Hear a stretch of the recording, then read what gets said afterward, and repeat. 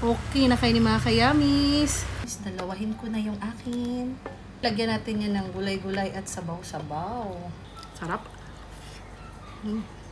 Sarap ako.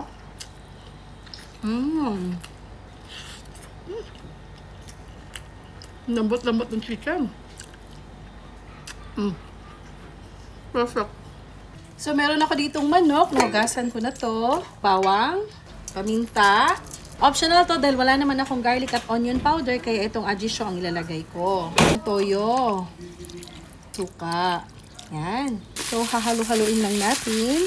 Malublog yung ating karne dito sa ating marination. Yan. Ito na, isalang na natin itong ating kawali. Mantika. Carrots and patatas, isa-stir fry lang natin. Okay, nag-brown na, ganitong kulay. Pwede na natin itong hanguin. Muna natin dito. Prituhin na natin yung ating minarinate na chicken. Wow, napakabango na. So, pag ganitong kulay, pwede na. Hanguin na natin. Sayang at hindi non-stick yung ating pan. Kaya dumikit talaga. But no worries. Ayan. So, unahin ko na itong madaming kamatis.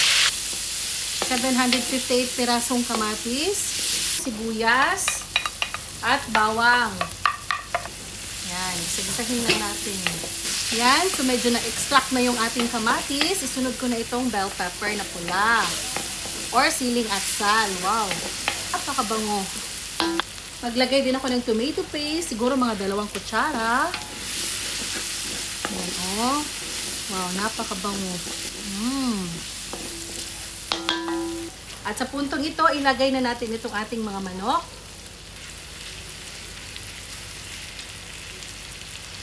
Sali ko na din yung sabaw-sabaw niya. Yan.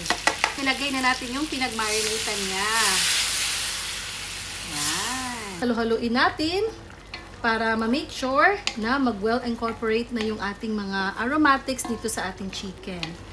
Grabe, dito pa lang napakabango na. Yung dumikit dito sa ating kawali kanina, nasali na or nahalo na dito sa ating niluluto. Sa puntong ito, maglalagay na tayo ng tubig from Maria Cristina Falls. Halo-haloin lang natin. Lalagay na ako dito ng chicken cube. Yan, halo-haloin lang natin ng maayos para hindi mamuo yung ating Knorr chicken cube. Oh, kumukulo na siya. Ang bilis kumulo. 3 dahon ng laurel. Ayan, muntik ko na makalimutan. Takpan lang natin at makuluan hanggang sa lumambot yung ating chicken. O, dara, ato na i-check. Ato na i-check, B. O, yeah. Ihagkot na yung sabaw. Na ako'y nalimtan o butang. Asukar, gamay lang, mga 1 kutsara or tunga. Depende na ninyo. Kutaw-kutawan lang nato, anak. Nya, butang na nato diri ang atong carrots o patatas. Kay luto naman ni atong manok. Okay. So, ayan o.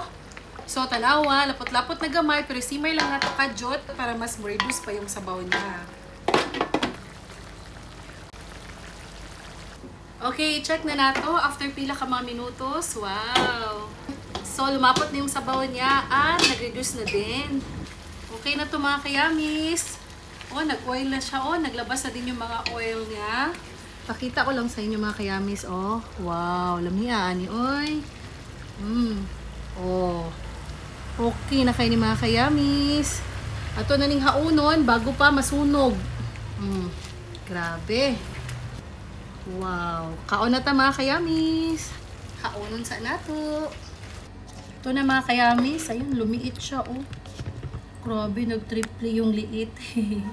Tara, kain na tayo mga kayamis. Wow. Ito mga kayamis, dalawahin ko na yung akin. Wow. Lagyan natin yan ng gulay-gulay at sabaw-sabaw. Oh, ayan na. Tara na, let's eat na po. So, ito na mga kayamis. Tikman na po natin ang ating chicken asado. Thank you, Lord, for this food. Amen. Kain. Wow. Napakamalasa. Wow. Carrots.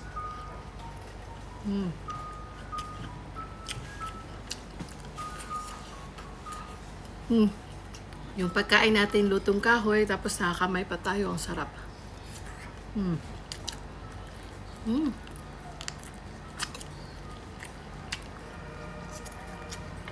Mm. Sarap. Mm. Sarap ako.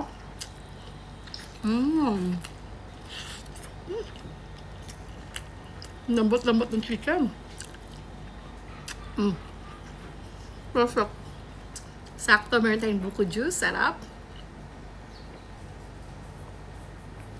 Whew!